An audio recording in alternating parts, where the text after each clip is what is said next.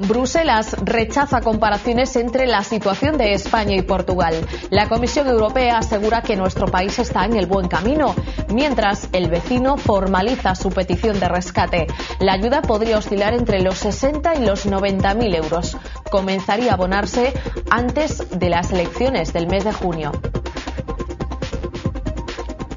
¿Qué tal? Muy buenas noches. V Televisión se ha desplazado hoy hasta Portugal para pulsar el sentir de su población ante un rescate ya confirmado.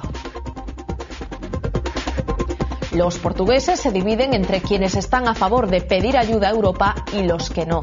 Si comparten algo, el desencanto con sus políticos. Los vecinos de Oporto opinan sobre su futuro más inmediato.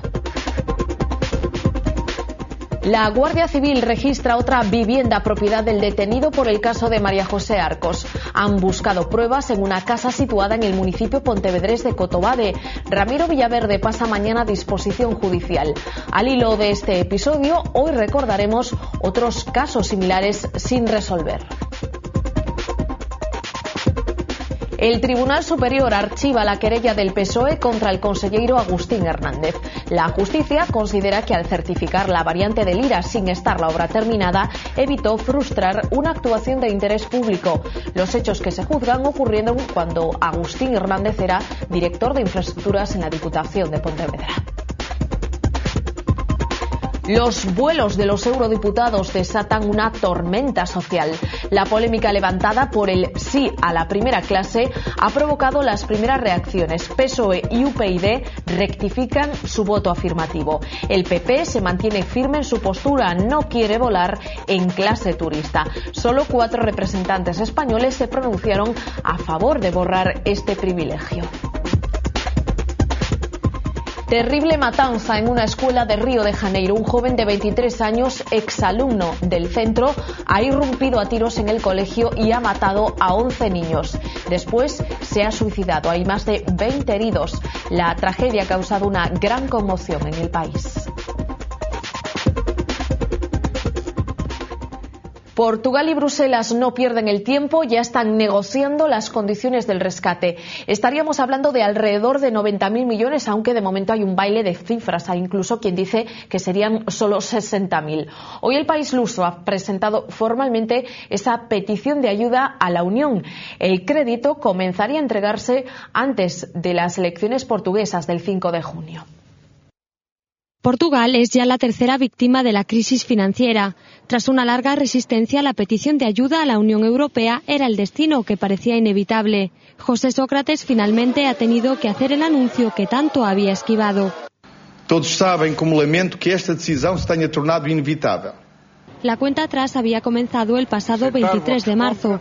Ese día, el primer ministro socialista anunció su dimisión, después de que el Parlamento en pleno rechazara su cuarto plan de ajuste. Ahora, Portugal negocia ya el rescate con la Unión Europea. Ha presentado finalmente la petición de ayuda financiera a sus socios. En mayo del año pasado, Grecia pidió 110.000 millones de euros. 6 meses después, Irlanda recibió 85.000. La cantidad que necesitará Portugal es todavía una incógnita. El Eurogrupo dio ya una cifra el mes pasado. Habló de 75.000 millones, aunque algunos expertos aseguran que podría ascender hasta los 90.000. Un crédito que se distribuirá en tramos y que empezará a entregarse antes de las elecciones del 5 de junio. Pero sea cual sea la cantidad, lo que está claro es que después del rescate a Portugal le queda un duro camino de ajustes y reformas. Un equipo de los informativos de V Televisión se ha desplazado hoy hasta Portugal para ver cuál es el sentir de sus ciudadanos. Lo cierto es que todos coinciden en una cosa: culpar a los políticos de la situación que atraviesa su país. La noticia de la intervención es portada en todos los medios, aunque entre el trajín del día a día y los turistas parece que la vida sigue igual. Los medios locales aseguran que son tantos los portugueses que apoyan la medida como los que la rechazan, pero el caso es que a pie de calle el malestar es más que evidente. De hecho, muchos creen que va a ser peor el remedio que la enfermedad. Porque se pedir essa ajuda, depois vai ser pior para Portugal. Vai adiantar muito, vai ajudar o nosso país, mas não vejo muitos jeitos disto endireitar, minha querida. Eles estragaram isto tudo. Não sei como, mas nós nunca poderíamos chegar a este punto. Y todos, sin excepción, critican duramente a la clase política, a los que mandan y a la oposición. Canalla. política, canalhada só. Não há nada a fazer, canalhada. Um primeiro-ministro que andou um pouco tempo aí a enganar o povo português, não é verdade? Eu suponho que são todos iguais. Penso, son todos iguais. Todos también coinciden en algo. Con una buena gestión, Portugal podría ser un gran país en Europa, aunque ahora mismo las perspectivas no sean nada halagüeñas. Ese rescate financiero no ha pillado por sorpresa a los portugueses. Desde que la sombra de la ayuda comunitaria acecha su país, la mayoría se ha resignado a ver en ella la única escapatoria. Algunos se muestran optimistas con la noticia, aunque la mayoría no lo ve tan claro. Las consecuencias del endeudamiento ya empiezan a preocupar en Portugal. Já sabíamos que isto ia acontecer.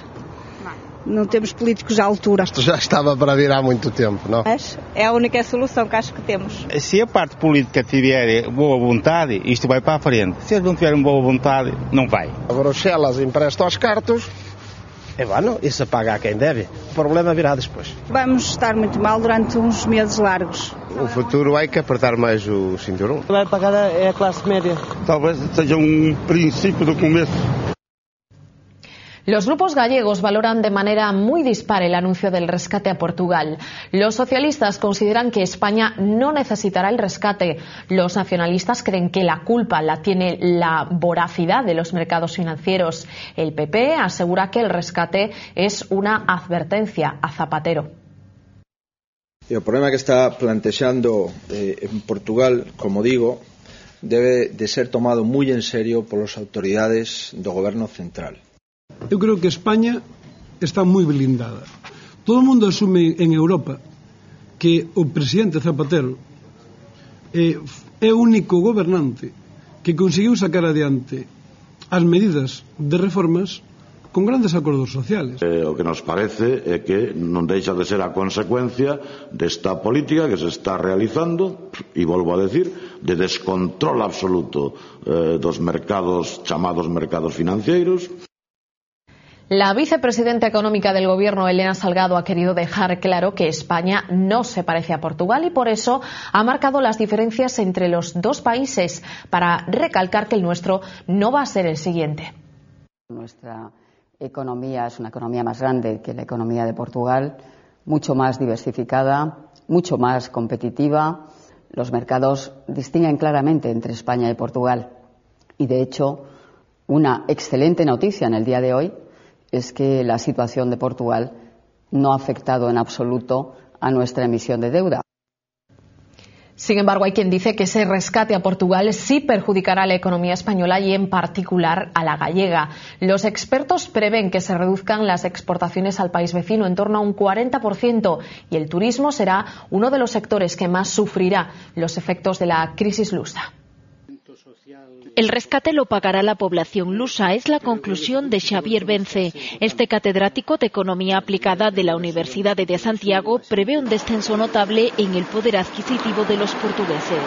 Vai a afectar negativamente as exportacións das empresas galegas e das empresas españolas cara a Portugal. Galicia tiene en el norte de Portugal a un mercado de más de 3,5 millones de habitantes que compran nuestros productos y viajan a nuestra comunidad. O noso sector turístico seguramente vai a resentirse por un menor gasto do turismo portugués en Galicia e tamén en España, non? Los empresarios de la provincia de Pontevedra presagian un descenso del volumen de negocio con el país vecino que rondará el 40%. El Banco Central Europeo cumple con las expectativas y sube los tipos de interés de la zona euro 1/4 punto hasta el 1,25%. Desde mayo de 2009 permanecían en el nivel más bajo de su historia con el objetivo de apoyar la recuperación económica de la eurozona. Con esta medida, el banco pretende anclar firmemente las previsiones de inflación. Según la institución, existe un alto riesgo sobre la estabilidad de los precios debido sobre todo a los incrementos del coste del petróleo, que por cierto hoy ha marcado un nuevo máximo.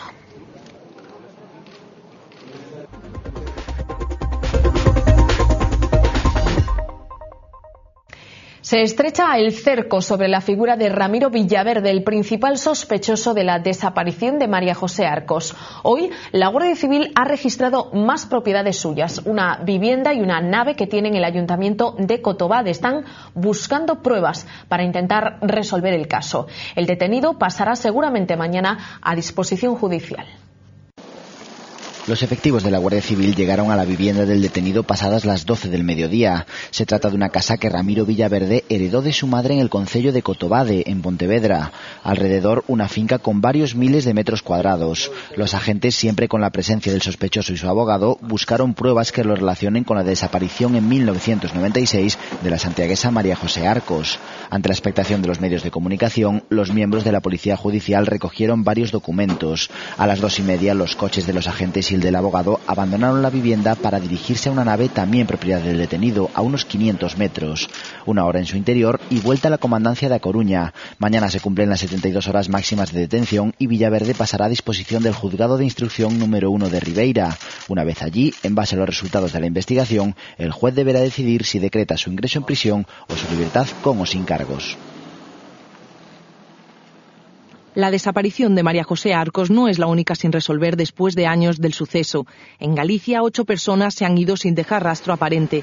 El más reciente es el caso de Sonia Iglesias. La joven pontevedresa desapareció en agosto del año pasado cuando iba a hacer unos recados antes de ir a trabajar. A pesar de la intensa campaña hecha por la familia, ninguna pista ayudó a esclarecer lo ocurrido. Otra desaparición muy sonada fue la de esta pareja de Vigo. En el 2004 su vehículo apareció calcinado en Oporriño. Francisco Fernández y Victoria Méndez regentaban un concesionario de coches de alta gama en Vigo. El mismo año desapareció Fernando Caldas. Su caso es especialmente extraño. El joven, natural de Bertamirán, se envió un mensaje al móvil de un amigo diciendo que había sido secuestrado, pero nada más se supo de él. Al igual que de Rogelio Núñez, este jardinero del municipio coruñés de Bergondo desapareció hace ahora 12 años. Es otro de los casos sin resolver. Desaparición sin rastro la de Guillermo Collarte. El empresario fue visto por última vez en Valença. 4 personas se sentaron en el banquillo de los acusados sospechosos de su asesinato, pero todos fueron absueltos. El motivo, la falta de pruebas. Casos sin resolver que dejan atrás la tragedia de unas familias que no pierden la esperanza. El nuevo delegado del Gobierno llega a Galicia con deberes bajo el brazo y entre ellos ese caso, el de María José Arcos, que se reabre 15 años después. Miguel Cortizo ha querido destacar hoy que ningún episodio quedará en el olvido. Eu realmente non sei se estamos próximos á resolución do caso, pero demostra que nunca se abandona. Aí están as forzas de seguridade traballando no caso sin abandonar despois de 15 anos. Y seguirán trabajando. Hoy Cortizo se estrenaba en su nuevo cargo como delegado del Gobierno en Galicia, primera comparecencia porque mañana es cuando se va a celebrar el acto oficial de toma de posesión. En rueda de prensa, Cortizo ha dado datos sobre la tasa de criminalidad en nuestra comunidad. Ha crecido, pero sigue muy por debajo de la media española. El índice de delitos y faltas se sitúa en el 27,7%, un 0,6% más que en 2009. El Tribunal Superior de Xustiza ha decidido archivar la querella presentada por los socialistas contra el conselleiro de Infraestructuras. El PSDG acusaba a Agustín Hernández de fraude y falsedad documental en el caso de la variante del Lira. En diciembre de 2008, durante su etapa como director de Infraestructuras en la Diputación de Pontevedra, certificó como finalizada esa obra cuando todavía no estaba terminada. El Alto Tribunal gallego considera que gracias a su actuación se garantizó el interés público. El Gobierno gallego espera ahora una disculpa pública del PSOE. Lo pedía el presidente de la Xunta por entender que los socialistas han faltado al honor a Agustín Hernández. O Goberno espera unha solicitude formal de desculpas hacia un membro deste Goberno que acreditou que o seu comportamento foi un comportamento que beneficiou os intereses xerais. Feijóo acusa al PSOE de hacer oposición con insidias, no solo en el caso de Hernández, sino también en la polémica trama agraria. Defiende una comisión de investigación para despejar las dudas sobre el presunto desvío de fondos públicos. Se o Partido Socialista ten dúbidas, teremos a comisión de investigación de forma inmediata. E se retira as dúbidas, podemos falar se é necesario investigar ou non no Parlamento ou é suficiente no xulgado que en este momento ¿dónde está? Asuntos de contenido político en un consello que aprobó el proyecto de ley de patrimonio de Galicia. Permitirá unificar toda la gestión y actualizar el inventario de bienes públicos. También obligará a que sea el consello el que autorice los alquileres y compras de inmuebles. Manuel Fraga se encuentra estable. Esta tarde ha sido operado de una fractura de cadera. El senador del Partido Popular se encuentra en la unidad de cuidados intensivos de la clínica madrileña Moncloa. El expresidente de la Junta sufría una caída accidental el pasado martes. No pudo, por este motivo, asistir al pleno del Senado que se celebró esta semana. Un matrimonio lucense se enfrenta al corte del suministro eléctrico por no pagar el recibo de la luz. No han abonado las últimas facturas, pero tienen un motivo para no hacerlo, porque dos compañías diferentes le están pasando los recibos por la facturación de los mismos meses. Hoy finalmente el corte anunciado no se ha efectuado, pero tienen un segundo aviso para el día 17. Los problemas comenzaron el último verano. Gas Natural dio de baja el contrato con este matrimonio. Ellos optaron por firmar con otra eléctrica. Tras este paso, Amanda recibió una factura de su vieja compañía de 158 euros. Hacen lo que quieren y no pueden hacerlo. Pero no quedó ahí. En noviembre aparecieron más. Empezaron a mandar las facturas. Recibí 4. Pero lo que no es normal es que me reclamen 2 a la vez.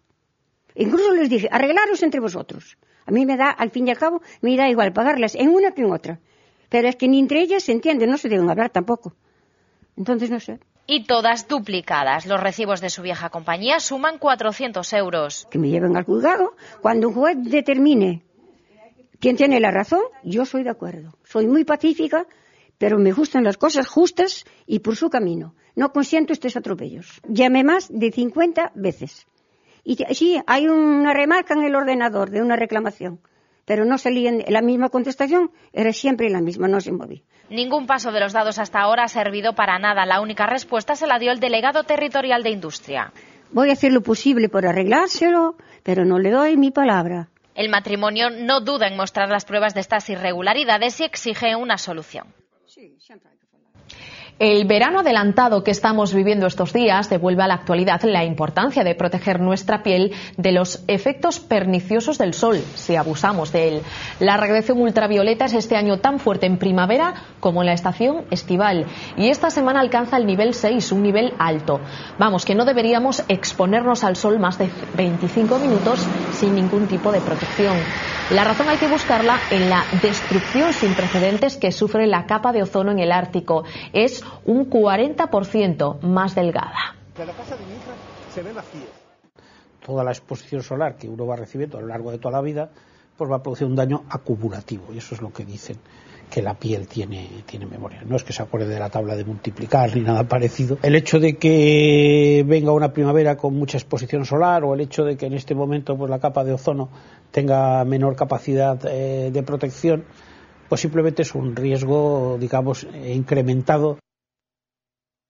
El reciente anuncio de Esperanza Aguirre de implantar un instituto de excelencia para los mejores alumnos de su comunidad ha reabierto el debate sobre la división del alumnado. En Galicia, la comunidad educativa se inclina más por mejorar el sistema de manera global. El 17% de los escolares gallegos suspende el informe PISA. Un instituto para los más listos. De momento la propuesta se queda en Madrid y la idea de importarlo a Galicia no atrae a la comunidad educativa. Desde el punto de vista pedagógico no me gusta nada.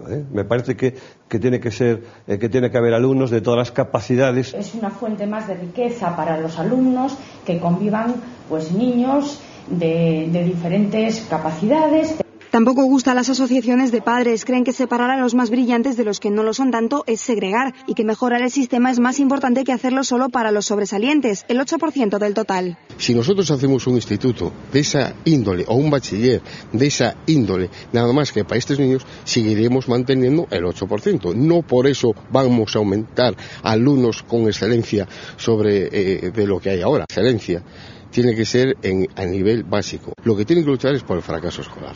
Eso es impepinable. Pero los programas para buenos alumnos no son ninguna novedad. Como otros 50 centros de España, el Colegio Obradoiro imparte desde hace años el bachillerato internacional. La propia filosofía del BI, del bachillerato internacional, prohíbe totalmente que se haga una selección de alumnos por capacidad.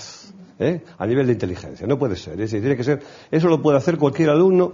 Digamos que lo que se pide es trabajo, esfuerzo. Polémicas aparte, padres y profesores coinciden en que con constancia y metodología la excelencia puede estar al alcance de todos.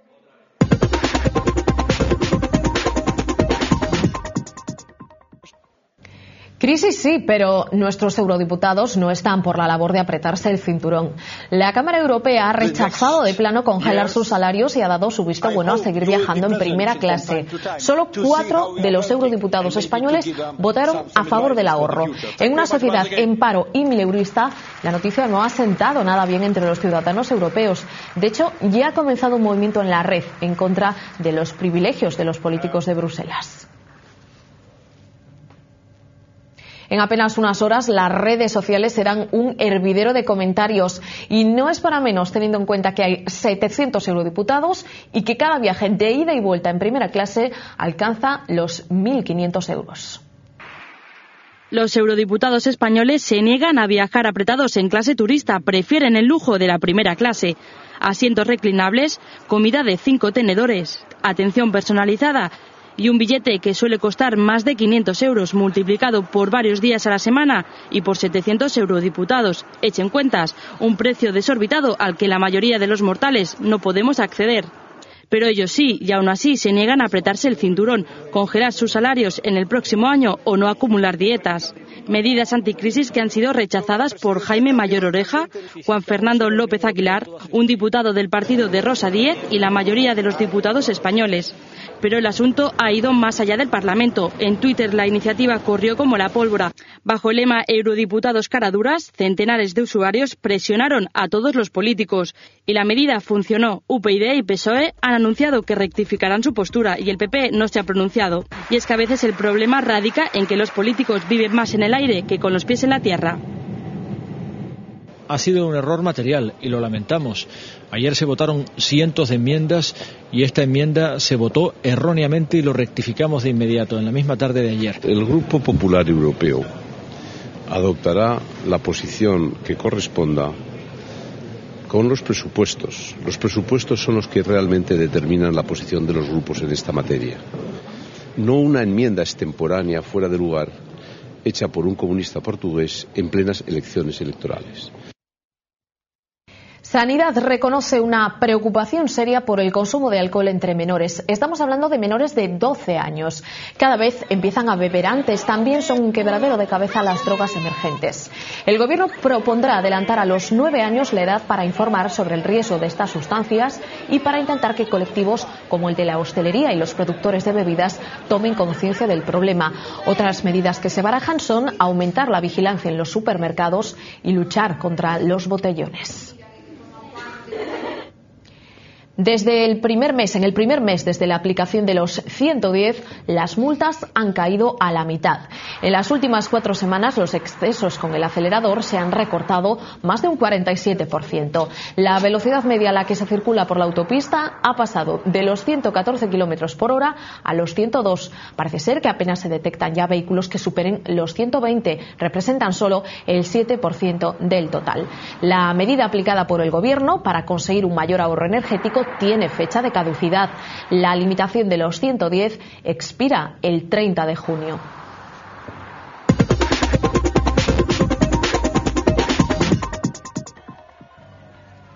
Al menos 11 niños han muerto y otros 18 han resultado heridos en un ataque de un exalumno de una escuela de Río de Janeiro.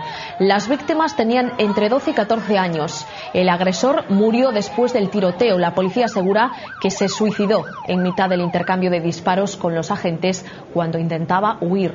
El hombre de 23 años irrumpía a tiros en el centro a primera hora de la mañana. Dejó una carta en la que contaba que se quitaría la vida después de la tragedia. En Japón, la tierra no da tregua. Un nuevo terremoto de magnitud 7,1 ha sacudido hoy las zonas más devastadas del país. El temblor hizo temer lo peor. De hecho, se llegó a activar la alerta por tsunami. Después, esa alerta fue levantada. El epicentro se localizó en el Océano Pacífico, a tan solo 40 kilómetros de la costa de Miyagi. Fukushima tuvo que ser evacuada de nuevo, aunque TEPCO, la empresa que gestiona la central, ya ha asegurado que no hay más daños. Es la secuela de mayor magnitud desde el brutal terremoto y posterior tsunami del pasado 11 de marzo. Y en Libia, las fuerzas leales a Gaddafi han atacado por sorpresa la ciudad de Aidabilla. Según un portavoz de los rebeldes, los bombardeos que han causado la muerte de más de 50 personas en Brega no procedían de la OTAN, sino de aviones del régimen, en una clara maniobra de violación de la zona de exclusión aérea. Tanto en Brega como en Aidabilla se registran todavía intensos combates. Un fotógrafo español se halla desaparecido. Manu Bravo está en paradero desconocido desde el pasado lunes. En la misma situación se encuentran otros 3 periodistas.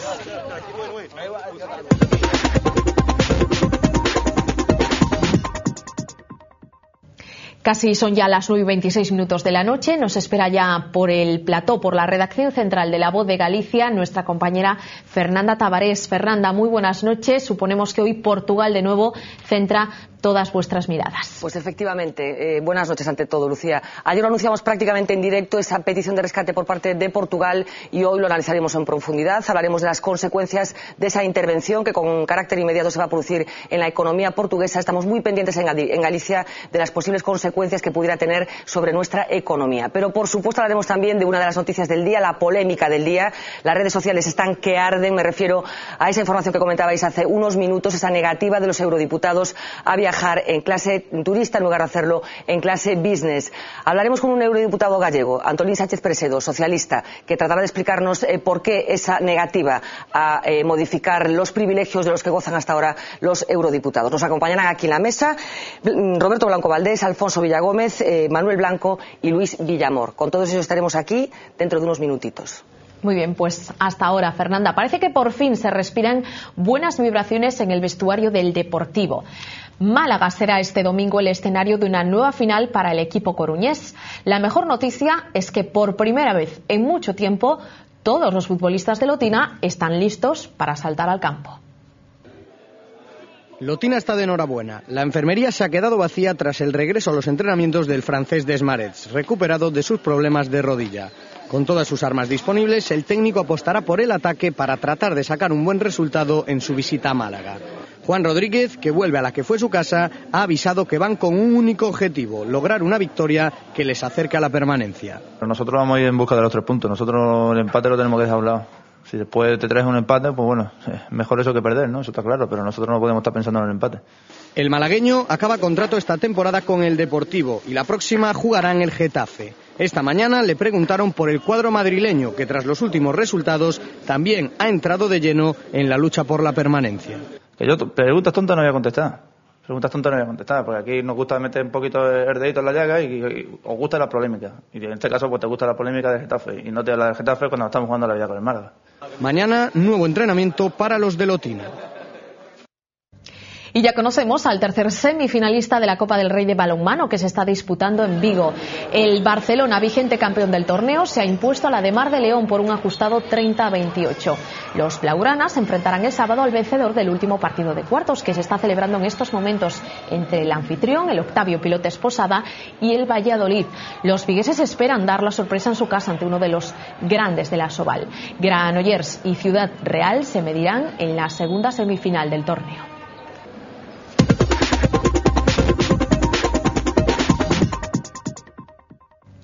Un submarino americano, 2 hermanos muy peculiares y una vaca en fuga.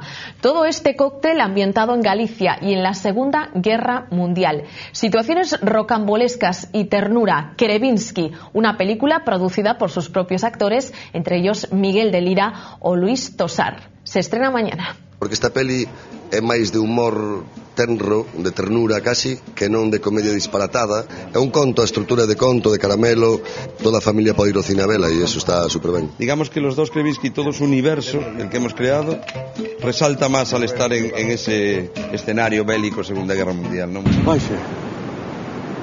Onde vai? Cando desaparece a vaca, hai unha búsqueda desesperada desa vaca e os Kerevinsky, que son os protagonistas da peli, acaban encontrando o que menos esperan. Está rodada 90% en exteriores naturales escenarios naturales galegos que os encontramos vírgenes, non hai moitos, pero ainda buscamos ben. Sí, hemos hecho una pequeña cooperativa artística, podríamos llamarle. Es un presupuesto muy bajo para una película de estas características. Piensa que es época, es vestuario, son decorados. Acuñamos a nova denominación de origen de ternura galega, que unido ao de Vaca Movie vai collendo xa unha especie de género propio. Espero que vos guste moito a película e vamos a facer o noso saludo Krevinsky despois do saludo de Kiko Otero. No, vin de ver a película, nada máis. Vai vos sacar da realidade unha hora e 20, eu creo que dunha boa maneira. ¡Ey! Pues con esta loca aventura, Krevinsky, les decimos hoy adiós. Se quedan con la información del tiempo. Después vía V, que pasen una buena noche hasta mañana.